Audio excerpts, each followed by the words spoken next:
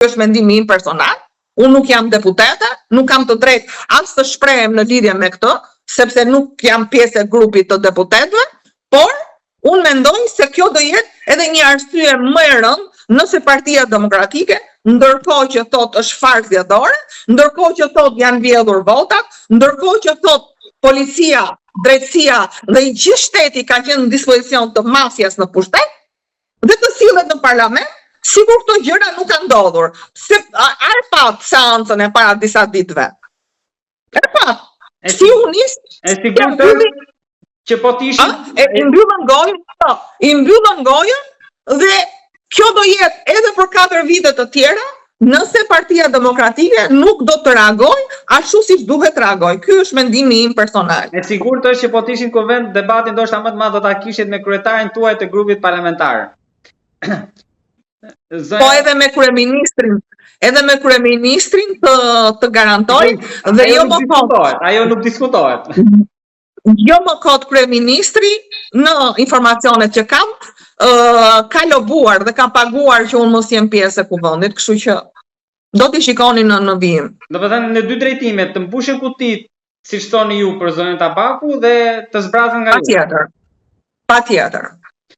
Zonja Kala, edhe diçka të fundit kam. Në këtë moment gjithë po presin telegrame nga Shtetet e Bashkuara, ndërkohë që ju nisni dosje andej. Është një çështje në fakt shumë e rëndësishme, që unë mendoj se ka interes jo vetëm për Shqipërinë, po edhe për Shtetet e Bashkuara të Amerikës, dhe unë këtë pritshmëri që kam sot, nuk e kisha në kohën që në Shtetet e Bashkuara të Amerikës po instalohej regjimi globalist ose sorosist, siç e themi ne. Është një dosje në fakt shumë e nxehtë, e cila në informacionet që kam, po edhe në jurisdiksionin që zhvillohet në Shtetet e Bashkuara të Amerikës, është dosje e pambyllur. Kjo është dosje me Gonigal, megjithëse është dënuar zoti me Gonigal, ka pranuar dhe fajsin. Ka një problem shumë të rëndësishëm, që nuk është dënuar personi që ka kryer korrupsionin aktiv, pra personi që ka paguar para, po është dënuar vetëm personi që ka marrë para. Dhe Altin Dumani dhe gjithë dumanët e tjerë brenda SPAK-ut e din shumë mirë se në gjithë rastet precedente në SPAK dënohen të 2 palët. Pra, personi që paguan dhe personi që merr një gjë që nuk i takon në kundërshtim me detyrën që ka. Ndërkohë, në muajin mars, unë marr një informacion shumë të rëndësishëm nga një ish gazetar investigativ, i cili sot për fatin ton të mirë është nëndrejtor i FBI, i cili kishte ngritur një problem shumë të rëndësishëm dhe që lidhet me këtë pranimin e fajsisë. Në moment që një person pranon fajsin, kjo dosje bëhet publike se çështja quhet e mbyllur.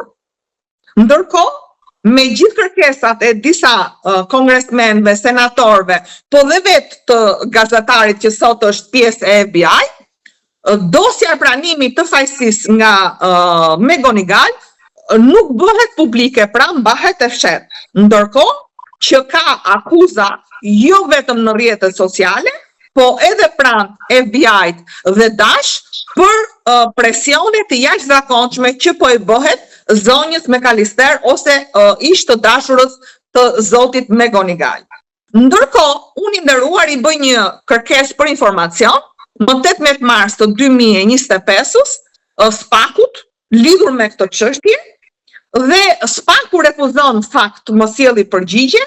Deri në momentin që unë ditën e enjtet kaluar, i kam bërë një shkresë të re SPAK-ut, jo më për kallëzimet e para të bëra nga zoti Gazmend Bardhi, po një kallëzim shtesë që unë kam bërë me datë 21 mars.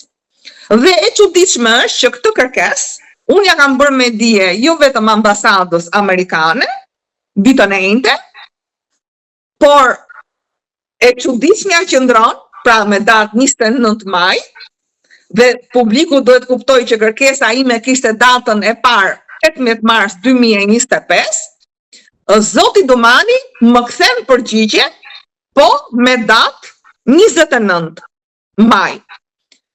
Pra tregon që zoti Dumani e para, nuk i ka ardhur mirë që kjo kërkesa ime i është bërë për dije edhe ambasadës amerikane.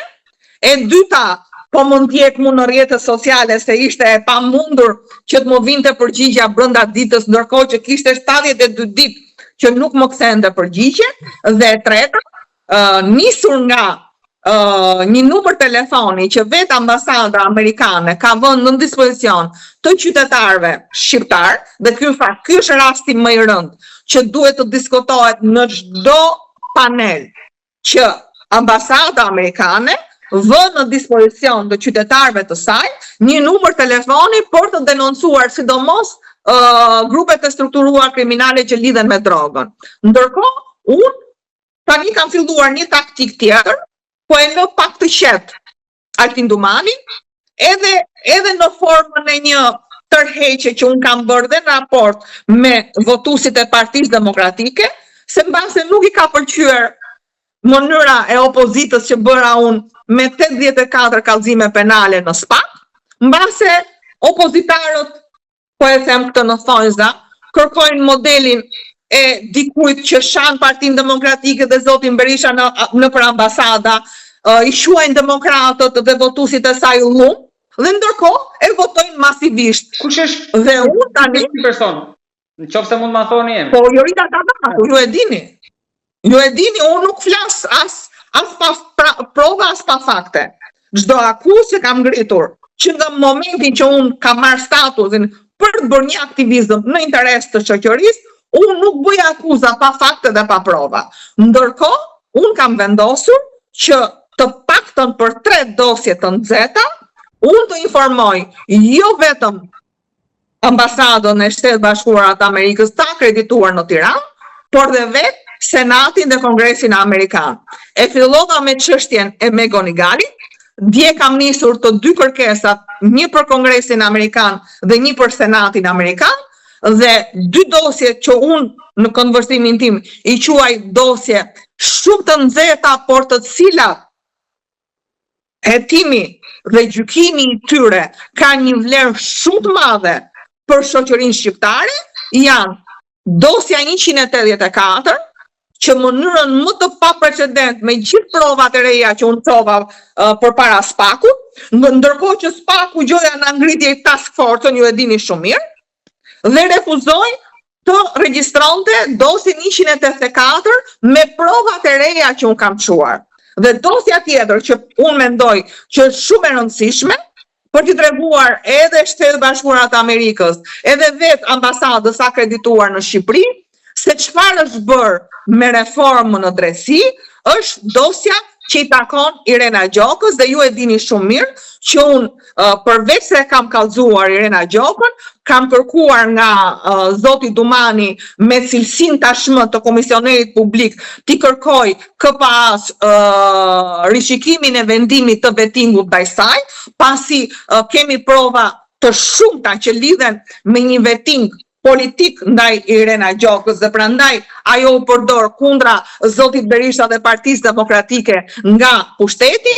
Dhe tjetra, unë i kam kërkuar edhe Inspektoriatit të Lartë të Drejtësisë të filloj hetimin disiplinor deri në shkarkimin e Irenës me 3 mbiemra, për cilën fakt është një turp i madh që është pjesë e sistemit, ndërkohë një pjesë e mirë e gjyqtarëve dhe të prokurorëve, të cilët kanë qenë elita e sistemit, sot gjenden rrugëve dhe me një ankim në gjykatën e Strasburgut, po mbi të gjitha jemi në këtë drejtësim që donte Edi Rama, kur publiku nuk ka më akses, nuk mund quhet drejtësi një drejtësi që shkon 15 vite, dhe mbi të gjitha është një drejtësi që amniston pushtetin dhe është një armë kundra opozitës. Zëra Kalaja, të falenderoj shumë për bisedën e drejt për drejt. Faleminderit shumë për ftesën, edhe do shikohemi me të reja në ditët në vijim. Faleminderit shumë.